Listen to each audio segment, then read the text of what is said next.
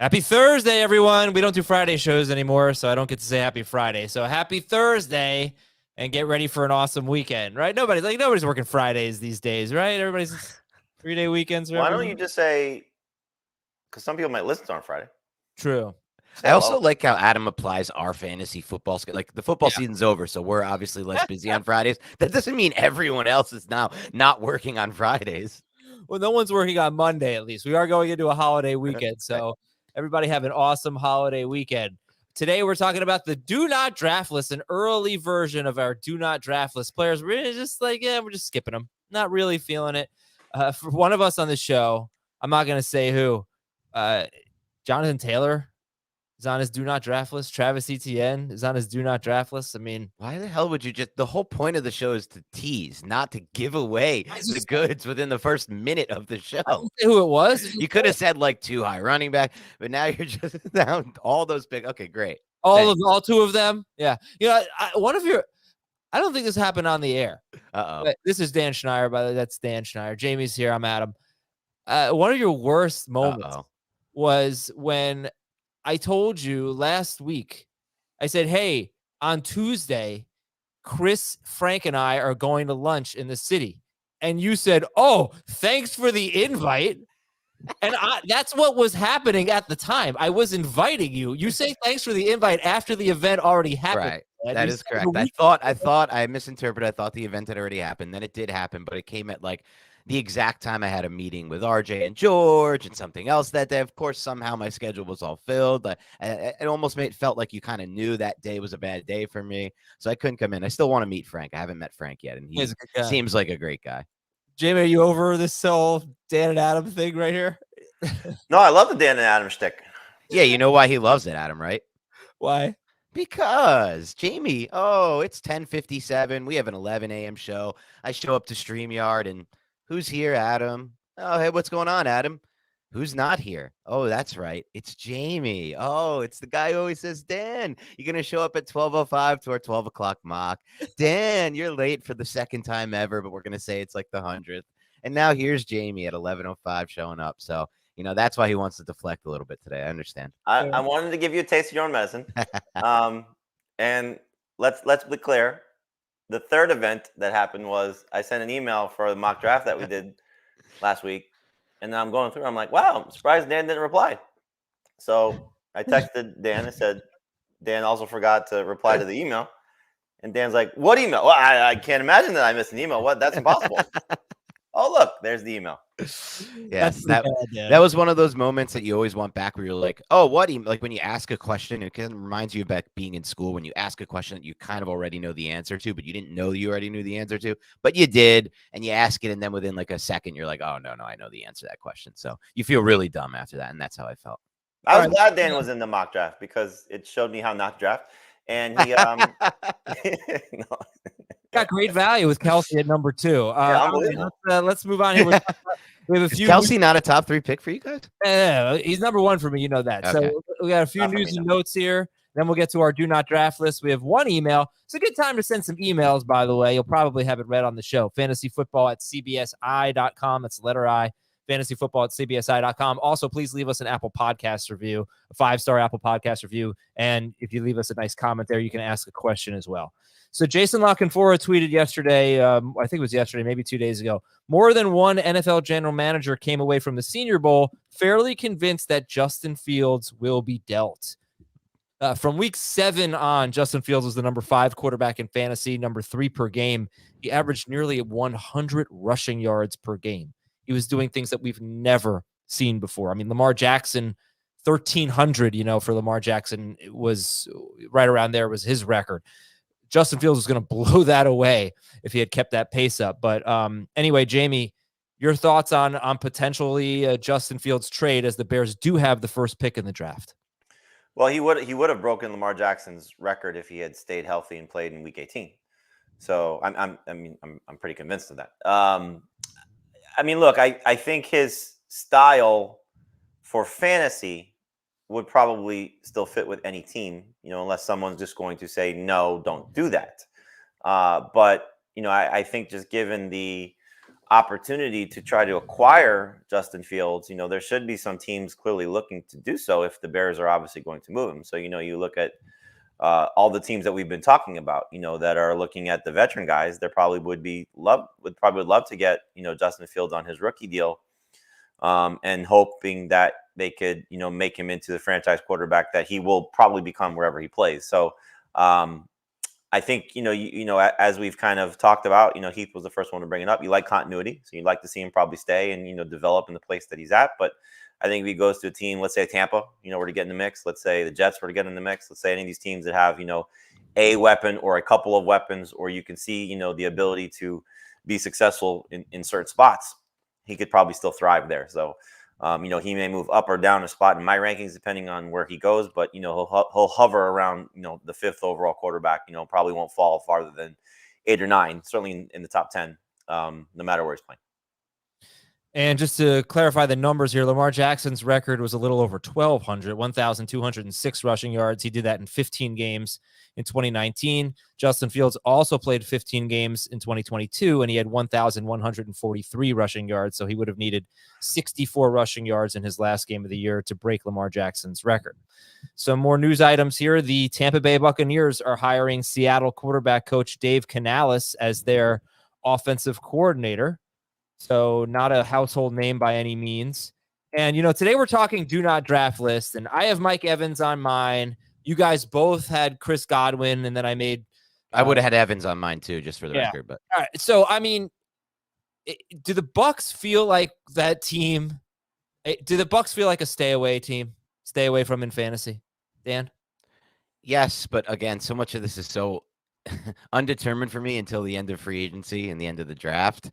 But I think if we can get through free agency and they haven't added a good quarterback or someone who we can rely on, then I'll continue to be a do not draft team, because they're not going to get that player at quarterback in this draft with where they're picking, in my opinion. So yes, they're an avoid team. I don't like drafting teams with bad quarterbacks. So, and I feel like the other thing with that Bucs team is that offensive line has a few great pieces, but then has some holes. And I'm not so sure where they're going to fix that either. They're not in a good salary cap situation. You feel the same way, Jamie? Is that why Chris Godwin made your list? We're just not really feeling the Bucs now? The 3 guys that I gave you, with him being one of them, it's a lot of it is the uncertainty right now, so I think if they end up, with somewhere between a Derek Carr and an Aaron Rodgers quarterback, then I'd feel a lot better about it. But I think, we saw Chris Godwin great in a very pass-heavy situation with Jameis Winston. We saw him great in a very pass-happy situation as a slot receiver for an outside receiver for Jameis Winston, as a slot receiver for Tom Brady. So I think he can thrive in almost every role that he plays in. But you're talking about a Bruce Arians system and then an Arians system that transitioned into a Tom Brady / Byron Leftwich system. I don't love that setup right now with what the quarterback options are probably available to him, as Dan alluded to, if they don't hit on somebody in free agency. So I think to be drafting him in the 3rd round in PPR with the idea of 100 receptions again is probably asking a lot right now. Okay, next news item here. We'll move over to our do not draft list in a moment. Rex Ryan could become the Denver defensive coordinator, according to the NFL Network. And Philadelphia quarterback coach Brian Johnson could get promoted to offensive coordinator, according to Adam Schefter. And that's that. All right. Denver's going to be fun. Agreed. That's Rex Ryan. That's I like Rex Ryan a lot as a defensive coordinator. Yeah, why would you not be excited about it? When was the last time he was a coach? How long has it been? I think it was that Bills stint. It's a long time. He's really never had, I think if I got to double check this, but I'm pretty sure he's never had a defense below like the top 15. Oh, it's a tremendous resume. And he would get Patrick Surtain, which is like perfect for his system, because he'll leave him on an island and it's going to be blitz heavy. It's going to be aggressive. It's going to be awesome. Yeah, it's just a guy who's been out of football for a long time. Yep. It's kind of interesting. And a head coach who's out of football for a year. But all right. Okay. Well, we have a new podcast. It's called That Dick Vermeil guy, when he left football, didn't come back to have any success. Yeah, I mean, I'm trying to think if there's another example of this, but I don't know how long Dick Vermeil was out of football. I don't remember that. But yeah, he came back. He coached the Rams, did great. And I don't know. Sure. I just would have thought, Russell's the big issue for me there. I'm liking the coaching changes. I'm just Russell. I was watching some film breakdown today, and Russell's missing guys in the seam that are wide open. I just don't know if he has anything left. Yeah, I go back to what I said when Sean Payton took the job. I don't think Payton is taking that job without some idea of I can make Russ work. Yeah, that's fair. That's the first couple of years of this tenure. Whenever it gets flipped, it's going to get flipped, But I think you got to assume 2 years of Russell Wilson. I don't think Sean Payton is necessarily saying, okay, 5 years from now, we're going to be great. Right? Yeah, he's not looking at I don't think he's walking into a situation saying, I can't make this guy work to some degree. That's fair. Okay, now I'm going to tell you about the With the First Pick podcast. Ready for some NFL draft prep? Tis the season, all right? We got mock drafts, prospect profiles, a lot more. Former GM Rick Spielman is on the show with Ryan Wilson and other guests as well. Listen to the With the First Pick podcast anywhere you listen to podcasts. It is outstanding and is the best way to get ready for the NFL draft. Time for our do not draft list. And we're going to go in order that they were picked in Monday's mock draft. So the first player on someone's do not draft list is Jonathan Taylor, who went 8th overall in this draft. And it is Dan Schneier who is putting Jonathan Taylor on his do not draft list. And why are you doing that, Dan? And so the good news, at least for this podcast, I don't have any of my Wisconsin gear back here, but it's all Giants. But I am a Wisconsin Badger graduate, but the reason I'm putting Taylor on this list has little to do with his skill set as a runner. I still believe in that fully. I think he was just injured this year, playing through injury, and has everything to do with the situation here. I took a look at what went down with this Colts offensive line this season and started to dig a little deeper, because this was an offensive line that before the season, we all knew it as one of the best in the NFL, and it was one of the big reasons why Taylor originally broke out. And as I looked into it, Quentin Nelson had his worst year as a pro. Maybe he was injured. I don't know. When I watched the tape against the Giants late in the season, I know that team kind of had quit by that point with Jeff Saturday, but he looked nothing like himself, and he was supposed to be the all-pro best guard in the NFL. Braden Smith didn't have a great year for what he was, and those are their two best players. They have a massive hole at right guard. Will Fries was one of the lowest-graded right guards in the NFL. No real solution at left tackle, in my opinion. So you're going into this next offseason with probably a middling offensive line is where we can say they're at right now. You're also looking at a situation where Taylor's role did not grow the way we hoped it might in the passing game, right? So now you have a guy who's not really involved all that much in the passing game. He doesn't have that great of an offensive line. Quarterback, well, I think they're going the draft route this time. I can't imagine they go back to the veteran quarterback. Well, I don't think that is a great, harbinger of things to come for fantasy success for that offense. So I'm looking at what could be one of the worst offenses in the NFL, middling offensive line, running back not that involved in the passing game. And I just can't get behind that, regardless of how talented he is, with a top 10 draft pick in fantasy, when I know I can get Stephon Diggs in a great offense after him, when I know I can get, just taking a look real quick at this mock we did, at the players selected after Jonathan Taylor: Tyreek Hill, Devontae Adams, A.J. Brown, C.D. Lamb, Ken Walker for me. I mean, there are players even at his position that I'd rather have after him. So the talent's there. It's great. I understand why he's going that high. He's done it before. But we have to project moving forward, too. And I don't think that he has the situation around him to be a guaranteed top 10 pick. Jamie? It's a strong argument. I think, for me, it's the fact that he's never really had good quarterback play. I don't know how much that factors into it, but he's never had, the dynamic player at that position that's going to necessarily open things up for this offense. We hope Matt Ryan would sort of be a little bit better solution. Clearly that wasn't the case, or, how much that was a factor of the offense. I do think the fact that those two offensive linemen are still there, I think that's enough to build around, and hopefully the coaching staff, we see this a lot. And Adam mentioned this yesterday, the two Eagles guys who are free agents, players follow coaches if they get the right deals, so maybe one of the two Eagles guys, I don't think Kelsey's going, but they may be able to, poach from that offensive line, and that fits the system. I'm going to buy into the system. Shane Steichen's going to run the ball. I'm pretty confident in that, especially with a young quarterback. So I like that opportunity for him. And I do think that there's an opportunity. He certainly showed that he could be a 35 catch guy. I don't know if he'll ever be a 50 plus catch guy, but I think, you're telling me 35 catches for Jonathan Taylor, and the opportunity to be a 20 carry guy as long as he's healthy, I think he's got a chance for 1,500 total yards, if not more. He was a 2,000 total yard guy when he was an MVP candidate. The division stinks. It's basically Jacksonville and teams falling apart around them. We'll see if Tennessee's run defense can still hold up. I would say it's probably a good bet for next year, but we just don't know. So I just like the fact that he's going to be a workhorse. He's still in that age, sub 26. The resume of what you look for, system, I think will benefit him. If the quarterback offensive line play, which are obviously some ifs, hold up, then I think he's still worth taking in the first round. Maybe not top 5 overall, but certainly still a first round pick. And I think, you can certainly argue from Kelsey and the receivers to take over him. There's probably easier debate for those guys than there is for Taylor. But I think when you start to put him up against the running backs, not knowing where Barkley's playing, still unproven to a certain degree for Ken Walker and maybe Breece Hall if he's healthy, I would probably still take Taylor over those guys.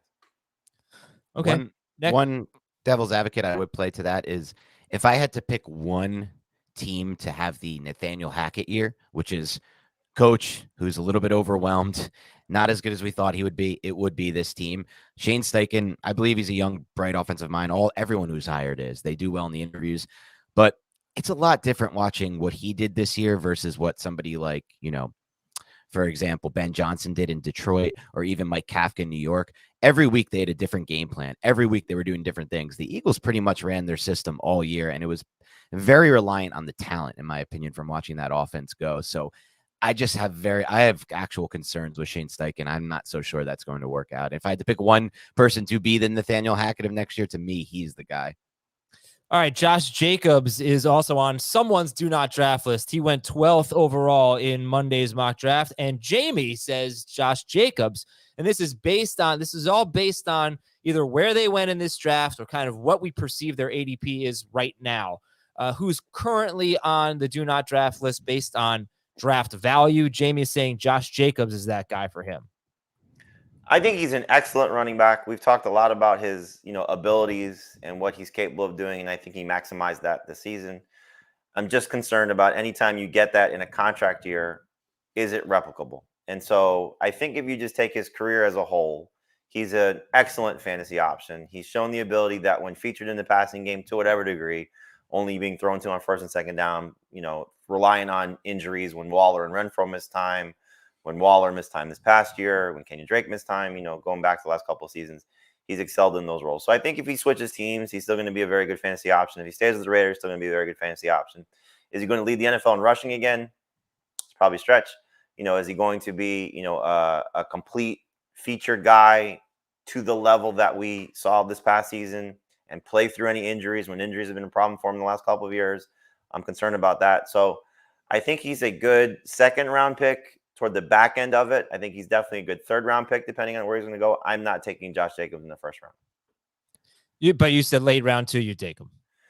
Yes. And I think, stays in Las Vegas and the right quarterback, I could buy into middle of round 2, but that's where, going back to what Dan was saying about the receivers, in PPR, I'm taking Amon-Ra St. Brown over him. I'm taking AJ Brown over him, and for me at this point, I probably would lean toward a healthy Breece Hall and Ken Walker over him too. So he's getting to that point. Would you take CeeDee Lamb over him? I'm sorry? Would you take CeeDee Lamb over him? Yeah, Lamb's first. Yeah, I'd answer that one for Jamie. That's Lamb's ahead of AJ Brown for you, right? And yeah, for sure. He went second round 2 in this draft. Yeah, that's why. If the quarterback situation in Las Vegas isn't good, I would take CeeDee Lamb over Devontae Adams. So I think Josh Jacobs is great, but I just don't buy into him being I don't buy into him repeating what he did last year, even though he was good in Josh McDaniels' offense. But I also don't buy into him producing at that same level. So I would not invest a first round pick. Now let's go a little bit later now. 6 more picks into the draft we did on Monday. Travis Etienne was selected. And if you heard Dan, it was like a Saquon Barkley to the Giants thing or to the Jaguars thing last week or whatever. Dan does not like Travis Etienne. Travis Etienne is on Dan's do not draft list. If I got Travis Etienne with the 6th pick of round 2, I would do, well, I can't do a cartwheel. I would do a somersault. I think I could do that. But 6th pick of round 2 for Etienne, who's been really good. Dan doesn't like him. Dan's weird. So why is he not on your do not draft list? Well, I'll let you at some point get a devil's advocate in that's a little bit more nuanced than Dan doesn't like him. Dan's weird. But we'll start with my case against Travis Etienne. So Travis Etienne, according to Adam, has been really good, quote unquote. But okay, according to Adam, yeah, I mean, fantasy wise, he did have a good year where there was nothing around him and they got rid of James Robinson for sure. But we're projecting forward. We're not looking at nothing around. You mean nothing at running back around? At running back around him, Yeah. correct. Okay. No competition at running back. They traded why am I blanking on his name? James Robinson. And then from there, they didn't really have anybody. They tried like Michael Hasty. They tried a few other players who didn't work out. But as far as Etienne, I've watched a lot of Jags film this year. It's one of the teams I've watched most tape on besides the Giants. It is the team I watch the most tape on. And there are just too many examples when you watch Travis Etienne of him not processing the right hole and him picking the wrong hole and him taking what should have been a 10, 12-yard gain and turning it into 2 or 3 by bouncing it outside. This was an issue for him at Clemson. It was a reason why a lot of us didn't have a first-round grade on him, didn't have him as a top 1 running back in that class. And I think watching that and watching Doug Peterson's tenure, both dating back to his time with the Eagles and just looking how the Jags run this offense and their fervor for wanting to have some kind of consistent running game that can produce yards and get vertical and take what's there so they can set up deep play action shots. He doesn't profile as the type of back that to me fits what Peterson wants to do. We are now looking at what Daniel Jeremiah, who I think is the best draft analyst, described as the deepest running class he can remember in a long time. And I completely agree with him from my early research into this class. This running back class, we are going to have so many running backs we love in August, depending on where they go. I can't wait to see it. There are guys that are going to be selected in rounds 2, 3, and 4 that can be starters that are better than the level where Dameon Pierce was at last year. And he was a 4th-round pick as well.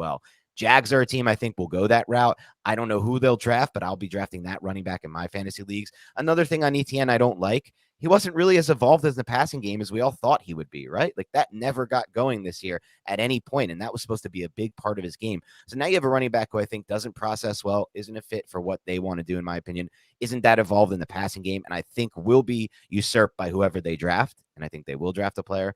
I don't see it right now as a top 18 pick. I probably wouldn't even take him at any point in round 2. Until Jacksonville actually goes out and shows me that they don't like Travis Etienne, I'm just going to ignore the negatives and focus on the positives. For a player who can't process and who makes so many mistakes, he averaged 5.1 yards per carry on 220 carries. He had 8 carries that were longer than 20 yards, or 20 yards or longer, I should say. He is one of the most explosive running backs in football, I think. That is what he did very well in Clemson. And he wasn't involved in the passing game after they traded James Robinson. When he wasn't running the ball as much, he was very involved in the passing game. So I think there's a chance that even if he does lose carries, he will get more targets. I just think that, you're judging him very harshly based on his first year in the league. Maybe if you're saying it's carrying over from his times at Clemson, okay, maybe that's going to be a problem. But I don't know. You have the same critique of DeAndre Swift. I have to take your word for it because I'm not watching Jaguars film. Oh, I don't want to put group Swift with Etienne. Just want to make that clear because I think Swift is a better run than Etienne. Okay, but they're both really productive when they step on the field. I want to attach myself to the Jaguars offense as much as I can. That's fair. As long as he could be in a situation where they're one of the most high scoring, they could be one of the best offenses in football next year if Calvin Ridley comes back. If he's getting most of the rushing touchdowns, then that's an awesome situation for him. So with all the negatives that you mentioned, the guy was still a very productive running back. I know he can be better than this in the passing game. I am not relegating him to 3 targets per game. I think that could easily change. Also, on a per target basis, he's going to be one of the best running backs, I think. So I'm still very excited about Travis Etienne and could obviously readjust if they invest significantly at the running back position. But as of now, I'm all about him 18th, 19th overall. Is that more nuanced than Dan's weird? Yes. Yeah, that is much better. Okay. And just remember one final thing with Etienne, though. This is not the current regime that's in right now did not draft or bring in Travis Etienne. That's true. Yep. All right, we're going to take a break. When we come back, we will talk about They also, though, are the ones that traded away his backfield. True. Mate. But that was great. That was great value for them, right? No, it was a smart move, but it's not like they had an in-house, replacement to be a complimentary option to him. But they didn't get, what did they get, like a 6th-round pick or something? No, I think it was supposed to, if the Jets kind of gamed it. If he had played more for the Jets, it was going to be a 4th-round pick. It was compensatory, but I think it ends up being just a 6th-round pick. Yeah, 6th-round pick. Okay, we're going to take a break. We got some more players to talk about. DeAndre Hopkins. Dave picked him on Monday with the 10th pick of round 3. One of us says, now, too early. Do not draft DeAndre Hopkins there. We'll be right back on Fantasy Football Today. All right, we have 7 or 8 more players to talk about here. Let's see if we can get through them all. We'll try. Jamie, you say DeAndre Hopkins, if he's going with the 10th pick of round 3, would be on your do not draft list. Dave was very excited about that pick. Hopkins was obviously brilliant when he played. So why are you putting Hopkins on this early do not draft list at late round 3? Because of where he may or may not be playing. I mean, we've seen him thrive with different quarterbacks. The situation in Houston pre and post Deshaun Watson. We see him in Arizona and what he was able to do with Kyler Murray. He is also now getting up in age. He is also now coming off back-to-back seasons, whether it was because the Cardinals stunk last year, but 2 years in a row where he's not able to finish the season. And we're hoping he's going to go to a situation where he's going to be in a pass-heavy offense. What if he goes to Baltimore and he's not going to be in that style of system that's going to enhance his play? What if he goes to a crowded receiving core? What if he goes to a team that's just looking to, brighten a young quarterback's situation, and it's a frustrating experience? So this is more of a TBD situation for me, as opposed to I'm necessarily completely out on him. But I want to see where he ends up first before I'm like all in on DeAndre Hopkins for the season. So just a little bit concerned about his potential destination. I hope he goes to a spot that is going to, help him flourish. And, the 2 places that he's been have been great, but the third stop may not be great. And so if he doesn't end up in an ideal spot, then round 3 is definitely not for me for DeAndre Hopkins. And Hopkins will be 31 years old in June. So, I mean, that is a pretty significant age. I think we were a little surprised by how productive he was this year. He averaged almost 80 yards per game, and that was with a really slow ending to this season. The last game DeAndre Hopkins played, Trace McSorley was the quarterback, and Hopkins had 1 catch for 4 yards on 10 targets. Crazy. When he was with Kyler Murray, obviously he was even better. But all right, so let me tell you the wide receivers who went after Hopkins, and you tell me if you take them ahead of him. Chris Godwin. The kind of same situation. No, for me. Marquise Brown. No. Chris Olave. Yes. DK I Metcalf. don't know who's going to play quarterback there. Yes, for Metcalf, for sure, for me. Deebo Samuel. Yes. TBD. All right. Next up, we have Chris Godwin, who was 312 in this. Hopkins was pick 10 of round 3. Godwin was pick 12, and Jamie. I mean, this is our guy, right? I mean, everybody was going to put Chris Godwin on their list. Yeah. Jamie claimed him, but he's on your do not draft list. And we have seen him be very productive with multiple quarterbacks, but it's always been a productive passing game for the Bucs. So, Godwin's not old. He's in his prime. He's talented, had a really good career. Why are we all shying away from him if it means, the 36th pick in the draft? It's not super early for a guy who's finished as high as wide receiver 2 in his career. Jamie, go ahead. Well, I mean, we talked about this already. So I think, again, until we see who the quarterback is there, it's hard to say he's going to be in this system with this quarterback, because that's been his benefit. Bruce Arians to Tom Brady, Byron Leftwich, that whole, crew. Whether it was Jameis or Brady, but the system has kind of been the same. Very pass heavy, very reliant on him, soaking up targets and being a dominant force. And I think to credit to him, like you said, his age, his ability to do it with different quarterbacks, his ability to come back as quickly as he did and be as productive as he did from the ACL tear is fantastic. So a year removed from that, he should physically be as good as he can be, still in his prime, like you said. But if it's God forbid Kyle Trask or something close to that, it's hard to say round 3 is a good spot for him.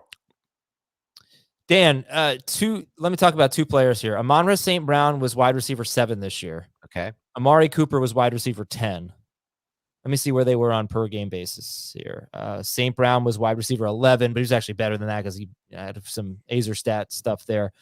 What does that mean? He had some Aizer. Well, he had some games where he left early with an injury. He had Okay. He was a total decoy. When he was healthy, when he was truly himself, Yeah. St. Brown was better than wide receiver I like that. 11. And Amari Cooper was only wide receiver 19. Chris Godwin, by the way, was wide receiver 17 per game, tied with Tyler Lockett. But could he Could he be Amon-Ra St. Brown? No, beat Amon-Ra St. Brown. You said? Could he be that player? Oh, no, Even no shot. even 2 years ago, even Amon-Ra St. Brown, like the last 6 or 7 games of his rookie season, where it wasn't even Goff every game. Right, where he exploded. Yeah, no. My answer would be no, most likely no to that. A big reason for the Amon-Ra St. Brown breakout in his rookie season wasn't really Goff related. It was Ben Johnson related, their offensive coordinator, who is probably the brightest young mind in the NFL. And that system is designed to get him those easy looks. And we don't know if Godwin's going to be, if the Bucs are going to bring in a system that's like designed early to get Godwin looks around the line of scrimmage, make it easy for him, feature him in the passing game. It's basically what Jamie said. We can't really predict the target volume. And if I was going to guess right now, the volume won't be there for him. I'm feeling 4 wins right now for the Bucs. Yeah, that is so bad, but 6. Well, but someone has to win that division, though, right? Like there has going to be like gross wins between that division. The Bucs could beat any of those 3 other teams, right? I mean, maybe if they get Derek Carr, though, Adam, you'll be in love with the Bucs. Right, that's true. Derek Carr goes to any team that's a Super Bowl contender for Adam. Any team. They'd probably be around 500 with Derek Carr, but so you went from 4 wins to 8 or 9. They were not good last year. I don't know. Todd Bowles, you got to convince me. Somebody convince me that he's not a bad coach. Oh, he's a terrible coach. I mean, I don't know if he's a terrible coach. I can't sit here and say that. I know he has a terrible resume. That's all I know. And, if he's not a terrible coach, then Byron Leftwich is a terrible offensive coordinator. One of those 2 things is true. Yeah, it just, I don't know.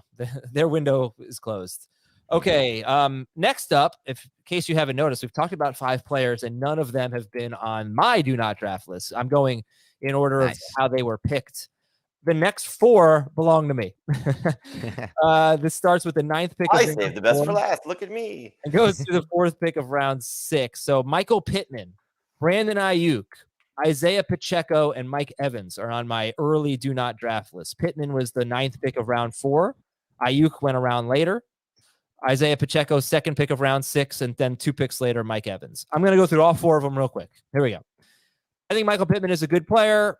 Maybe he could be very good. I don't think he's an alpha. I don't think he's a stud or anything like that. I think he's just been a victim of terrible quarterback play. It might actually get worse this year. I do believe you're going to see a rookie quarterback there based on what Jim Irsay said. So I think that there are going to be a lot of growing pains. I also don't think Pittman is the kind of player that can survive a lot of target competition. So if they bring in anyone else to take away some targets from him, I think that's going to be bad for Pittman. I don't see a ton of upside with Pittman, so I will not be drafting him in the 4th round. Brandon Aiyuk, in his last 4 games, I'm not even going to count the conference championship game when, they barely threw the ball, but in his last 4 games, he had 5 or fewer targets. The last 4 games he played with Deebo Samuel, Christian McCaffrey, and George Kittle. I think what we saw from Aiyuk last year was very good. He was a top 20 wide receiver. It's probably his ceiling, in my opinion. So I don't see a ton of upside for Aiyuk, and I see a lot of downside if Trey Lance is the quarterback, for example. But if McCaffrey, Kittle, Deebo, and Aiyuk are all healthy, let's say there are 10 of those games next year, I don't think you're going to be able to rely on Brandon Aiyuk. Pacheco is probably the most controversial one here. I'll skip him. Come back to him. Evans is the 3rd wide receiver on my list that I'm avoiding. It's the obvious reasons, but he's even older. I actually think he would have been a good bounce back candidate if Brady had come back, because he did a lot of really good things. He drew a lot of penalties. He lost. Chris has laid this out nicely. He lost a ton of production on pass interference calls. But I think he's kind of a deep threat at this point. He had a great rapport with Brady in the end zone. New quarterback. I'm not feeling Mike Evans. I think a lot of people probably will feel that way. Round 6 is actually pretty interesting, though. Round 7, for sure, I'd be in on him. All right, let's talk about Pacheco. It's just, how many times are we going to get fooled by the Chiefs running back who finishes the season strong? It happened with Damian Williams in 2018. What happened in 2019? He was sharing with Le'Veon Bell for the first 2 games of the season, and then he got hurt. And then he finished 2019 strong, by the way. He skipped the 2020 season due to COVID. Remember his mother was sick. Clyde Edwards-Helaire had his moments, and it just never took off. We have not had, in the last 4 seasons, we have not had a Chiefs running back finish higher in the top 20 per game. So it's a bad offense for running backs. Pacheco will probably have fewer than 20, maybe 20 to 25 catches, maybe. I don't see him scoring a lot of touchdowns. We haven't had a running back score more than 7 rushing touchdowns for the Chiefs in the last 5 years. That's the Mahomes era. So now, to be fair, Kareem Hunt scored 7 in 11 games in 2017, but since then, or is that 2018? Sorry, whatever. Since then, it's just not a good offense for running backs. That's all it is. And yes, he did finish strong, but this is Patrick Mahomes' offense. They get really goofy in the red zone. They don't just line it up and give it to the running back. I don't want to be fooled by Pacheco again. He's a trap back, doesn't catch the ball, won't score a lot of touchdowns. He'll be very good on a per carry basis. He'll be overdrafted and he'll split with Clyde. All right, guys, those are my 4. In order, Michael Pittman, Brandon Aiyuk, Isaiah Pacheco, Mike Evans. I have pushback on a couple, but Jamie, do you want to jump in first? No, go ahead. Okay. I'll give my pushback on the first of two players. The first will be Isaiah Pacheco. My thoughts on Pacheco would be, is Pacheco the most talented back the Chiefs have had in the Mahomes era besides Kareem Hunt, who actually, like you said, was productive in the Mahomes era? And I think the answer would be yes. Clyde Edwards-Helaire was supposed to be. He was a first-round pick, but his speed never translated to the NFL, and I think it's obvious when you watch him.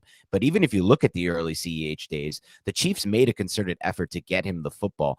And it's funny because before the Mahomes era, I shouldn't even say before Hunt left the team, Andy Reid and Scott Barrett did some great stats on this. Andy Reid was actually the biggest lean on your workhorse guy in the NFL. And then he kind of either maybe switched or maybe it was just he didn't feel like he had the back to kind of lean on one player. He tried it with Clyde Edwards-Helaire. Edwards-Helaire was inefficient. I think Pacheco is much more talented player than Edwards-Helaire. His burst is obvious. He's not really, doesn't have much wiggle to his game, but I'm not so sure that matters in an offense that's blocking pretty well and has a really good offensive line. So if Pacheco for me is the most talented back, and one final thing I like about him is they kind of told us early that they liked him. Remember in training camp, he was already getting first team reps really early, and they were designing passes for him that never kind of translated to the actual season. The same thing was true of Clyde Edwards-Helaire. There was always this talk of, oh, look, he's running a wheel route in training camp. They're going to get him involved in the passing game. So I'm with you, Adam. I don't really think the passing game takes too much of a jump, but I think that run game could go through Pacheco for sure this season. And so I'm in there. Already did. It already did in the second half of the season. Sure. And he was not even a top 20 running back in that stretch from week 10 through week 18. And he had 16, 15, 22, 14, 13, 15, 14, 9, and 8 carries. How many scores did he have in that? He had 4 touchdowns. I think those were 9 games. And he scored, he had double-digit fantasy points in 7 or 6. I think 7 of the 9 games. But he never scored more than 16.2. He never had huge games because he barely caught the ball. But we're talking about, and I agree with that. Those are all great stats, by the way, Adam. And those are all great case for why you shouldn't be taking Isaiah Pacheco if he was going in like round 3 or 4 and you're hoping for a breakout. We're talking about way deeper in this draft. We're talking about, what did he go, round 7? Round 6. Round 6. I feel like that's pretty good production for a round 6 back right there. Yeah, but it wasn't a top 20 running back in PPR. Okay. It looks good on paper. Right, and it's not actually. Catches really hurt him. Okay. So it was, a good counter.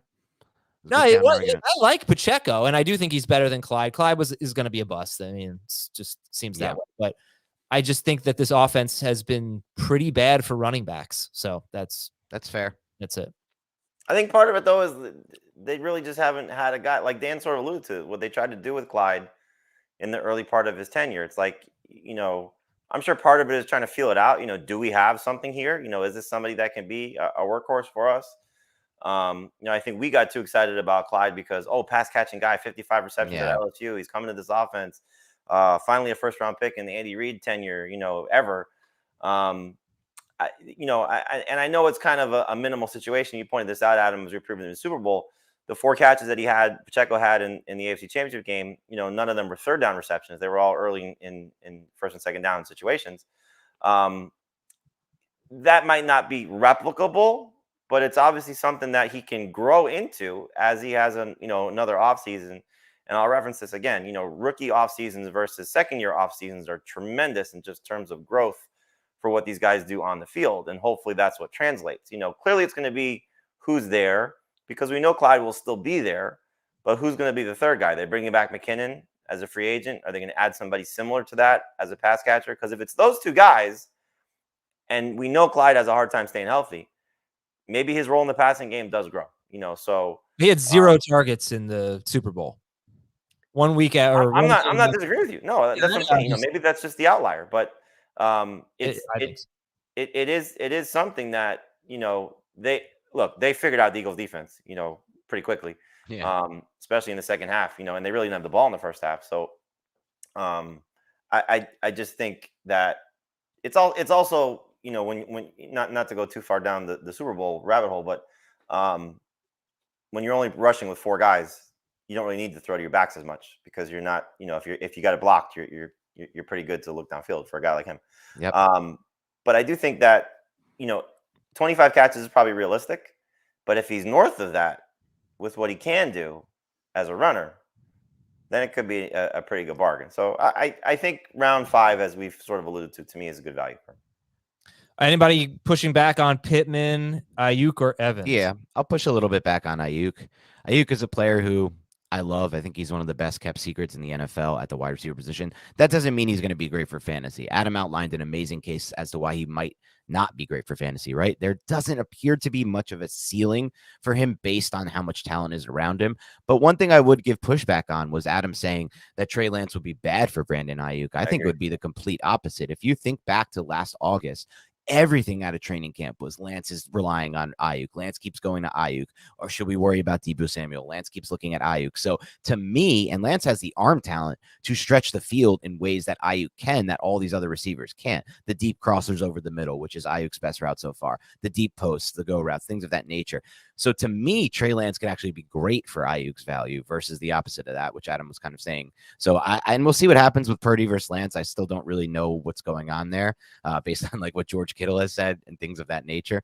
But I still feel like Lance will get the best shot, will get the first shot to take that job. So I think that could be good for Aiyuk. I agree with that also. And I do think that his numbers were much better losses versus wins. When you look at what Aiyuk is, by nature, they're probably throwing the ball more. Yeah. And so if they do take some semblance of a step back from just a win-loss standpoint in more competitive games, now that could be because Lance is struggling. It could be because Purdy's not healthy and they're forcing him in there. Who knows? Whatever. No, D'Amico Ryans is going to hurt them. Right. Yeah, it hurt them to not have Robert Saleh. Good call. Well, D'Amico Ryans is an amazing defensive coordinator who was the best in the NFL last year. Adam, best one. Oh yeah, they're just going to keep having the next best defensive coordinator every year. Oh yeah, that probably speaks to the talent, and give their John Lynch and right. front office staff, their scouting staff, some credit for that. But look, I mean, they have the best defensive player in the league, in Nick Bosa. So I don't want to say they're going from a 4-loss team to a 10-loss team. That's not realistic. But 1 or 2 more losses. Or more competitive games, Hey, listen, if it's because Trey Lance is struggling, like you just suggested, that's not going to be good for Aiyuk. Probably not in the grand scheme of things, but I think as Dan sort of laid it out, if it's just more back and forth games, where they're not, just okay, we can just run some more, then maybe that just leads to a couple more targets. And he had some games where even where he wasn't getting heavily targeted, they were just better in losses. He just was getting more of those opportunities. But I do think what Dan said is on the ball there. A lot of people look at Aiyuk and say he's just kind of buried in this offense because of these guys and this situation. I do think if there is somebody who can unlock that, it is a quarterback that will challenge down the field. Jimmy Garoppolo wasn't that guy. Brock Purdy doesn't look to be that guy. He's clearly benefited from a lot of the injuries. So when guys have missed time, he's certainly benefited from it. But I think that, entering year 3, it's going to be a chance for him to sort of shine a little bit. And one more thing on that. What do we know about quarterbacks who have a lot of experience versus those who don't? And Trey Lance hasn't played a lot of football. That everyone knows the stat, but he hasn't played a lot of football in a long time due to, COVID, injuries, everything of that nature. Well, Brock Purdy in that Iowa State offense, and then it translated right over to the 49ers, is an experienced quarterback who spread the football around and got around to a lot of weapons. Sometimes with the younger quarterbacks with less experience, they rely on one target and they lean really heavily on that one target. So I'm not saying that. You better hope it's him. You better hope it's him. And don't forget, Christian. It might not be. It might not be. McCaffrey wasn't on the team in training camp last year. I know. There are so many mouths to feed on a team that if Trey Lance is the quarterback, I don't think they're throwing more than 25 or 26 times per game. It is really hard to have a high ceiling if you're on a team with Deebo Samuel, George Kittle, Christian McCaffrey, and you're throwing 26 times per game because they're usually probably around like 31. Can I ask you about that, though, Adam? Because I know you've said this a lot in the past, but why would they have drafted Trey Lance if they don't think he can be a passer but if they just think they're going to have this run first offense, right? No, because they're going to scramble. He's not going to be. He's going to run more. Passer. Okay, it's okay. He's running more. Okay, that's fair. Yeah, that's all. I mean, it's, okay. What round did he go here? 6? 5.8, 8th pick of round 5. Yeah, round 5 is not ideal for him. But I think round 6 or later, when you're talking about 3 receiver leagues where analyst drafts, they get pushed up a little bit more. That's not a bad. Like I don't know if you counted it out, but like what receiver number is he? So if he's I didn't really like any of the receivers that went after him, to be honest. It was so this is Brandon Aiyuk we're talking about. He went just after Christian Watson and Jerry Jeudy. And then after that, Tyler Lockett, who, I do like him better, but he's 30 or 31 next year. Evans. Mike Evans, Drake London, Mike Williams. I probably would have taken I would have taken Mike Williams ahead of Brandon Aiyuk. Christian Kirk, I would have taken over Brandon Aiyuk. Who took Aiyuk? Who took Aiyuk? Jacob. Okay.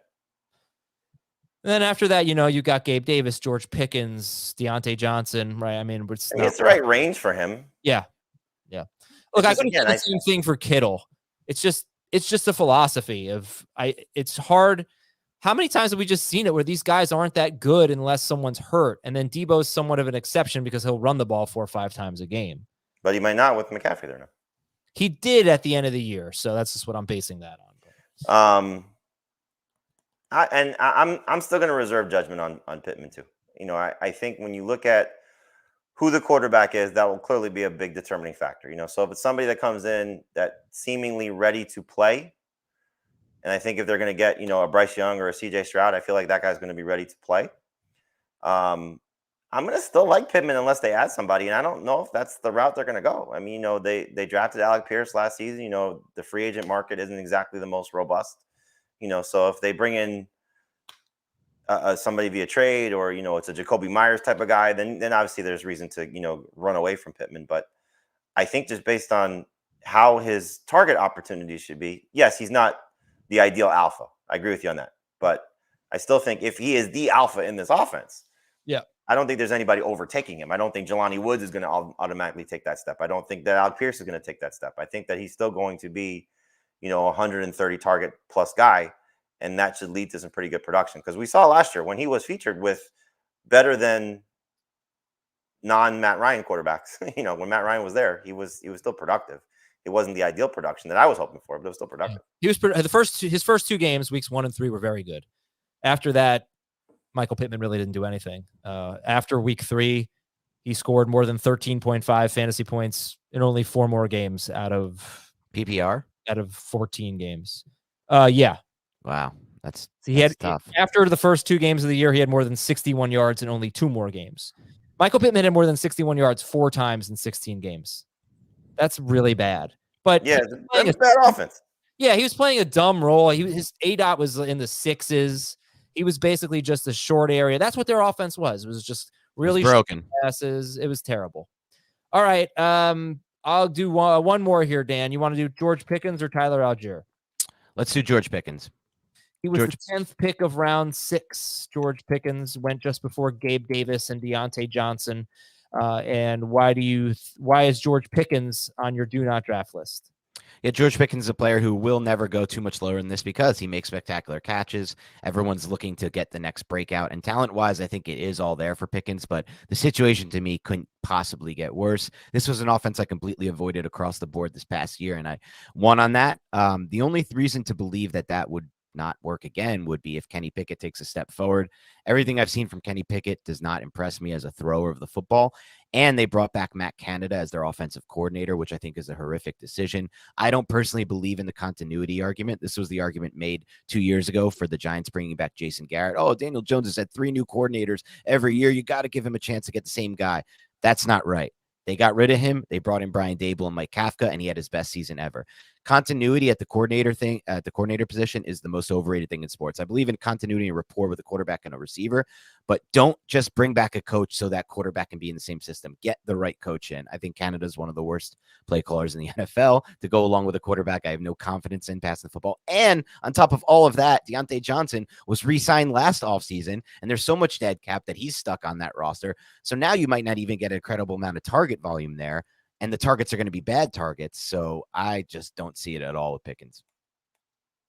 I would like to go to something else instead of responding to that. Okay. I want to go back to Michael Pittman. We have a comment in our chat from Ethan.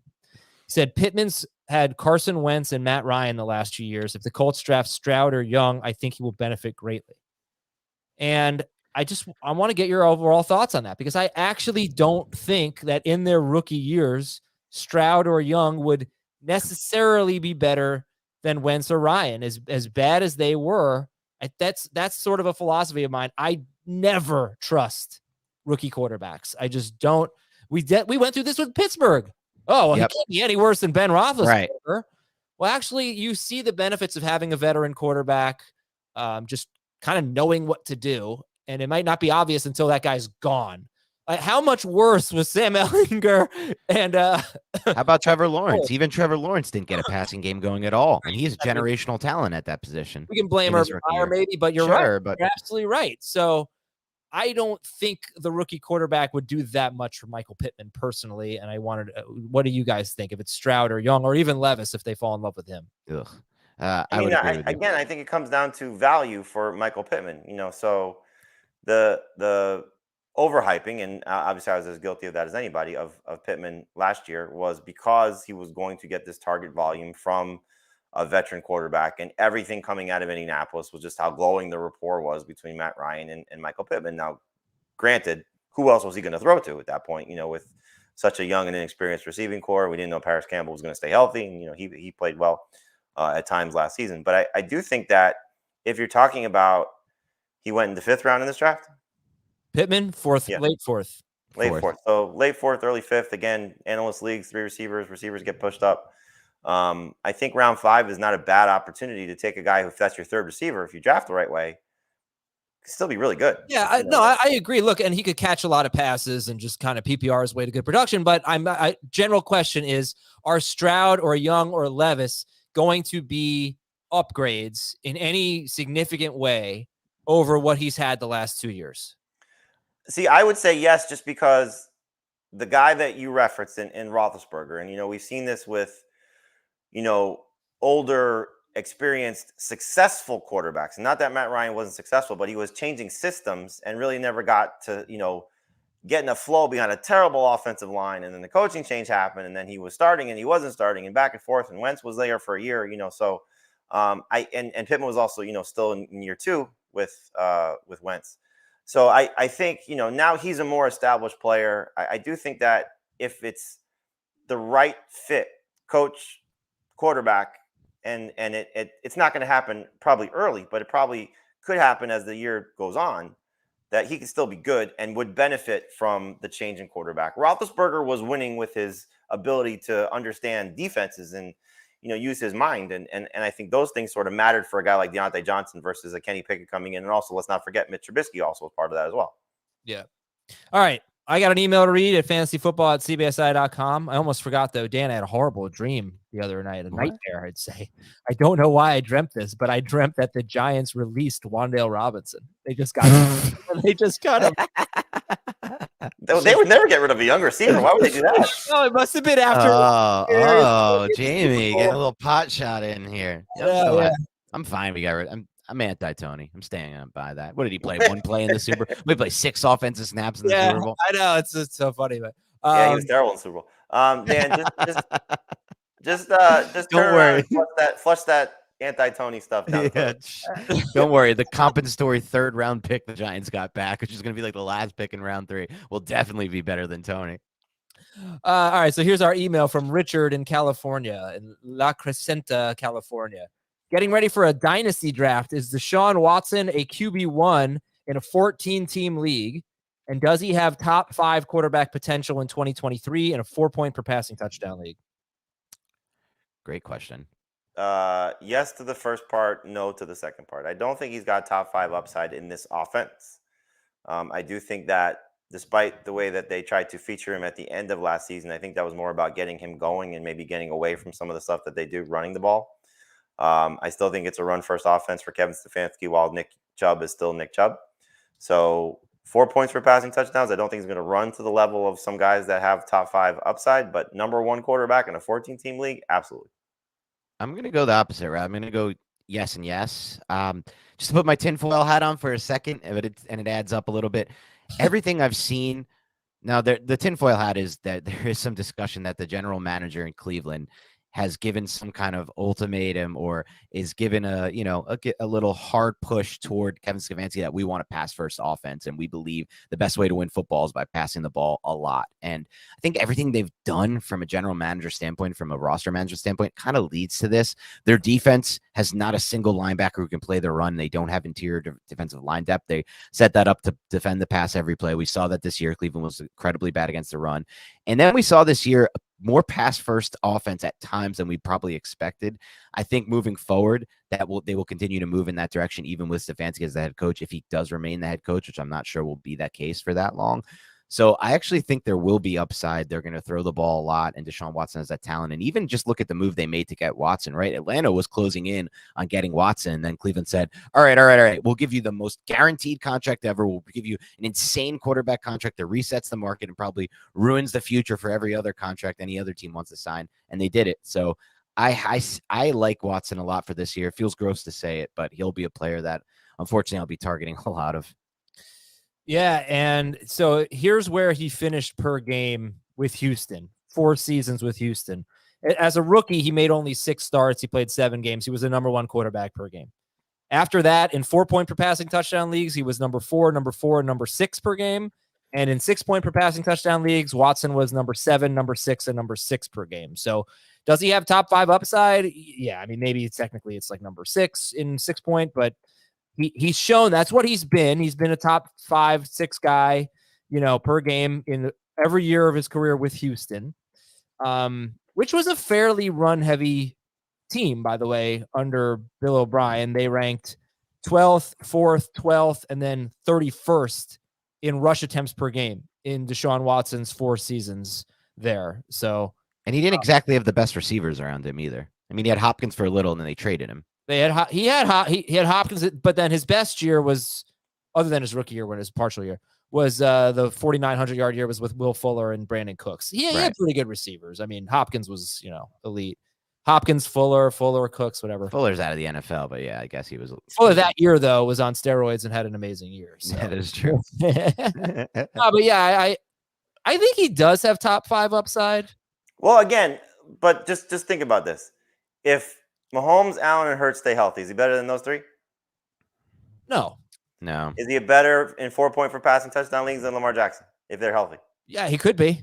I think. But would you take him over him? Would you consider him? No, better? of course not. That's not the question. Obviously, that's the question. Would you consider him a better quarterback if both are healthy than Lamar Jackson? Well, his upside is, I think he has shown that he has as much not as much upside because Jackson had that 1 year, but. I would take Jackson ahead, but I think he's got similar upside. In this scoring system, would you take Justin Fields or Deshaun Watson? I would take Justin Fields, I guess. Yeah, I would take Fields. You take Justin Herbert or Deshaun Watson? I'd take Herbert. I would take Herbert.